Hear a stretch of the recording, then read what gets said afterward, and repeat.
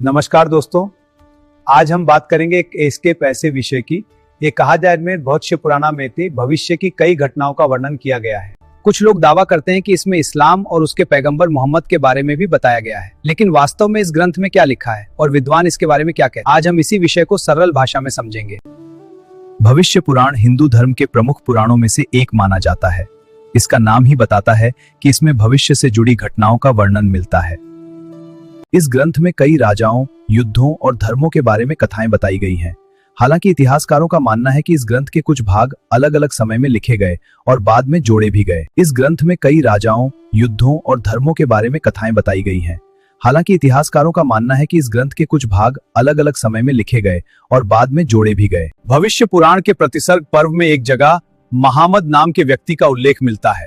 कुछ लोग मानते हैं कि यह नाम इस्लाम के पैगंबर मोहम्मद की ओर संकेत करता है।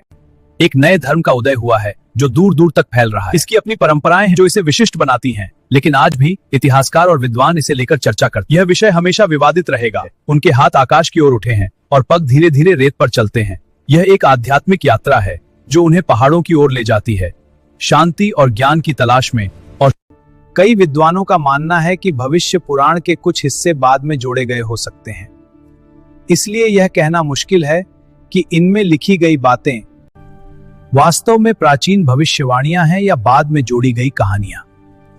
इसी वजह से इतिहासकार इस विषय को सावधानी से देखते हैं।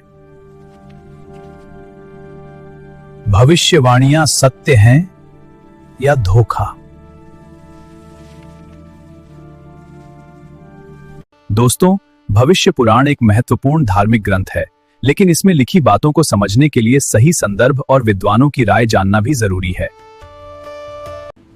किसी भी धर्म या इतिहास को समझने के लिए हमें शांत मन और सही जानकारी के साथ अध्ययन करना चाहिए।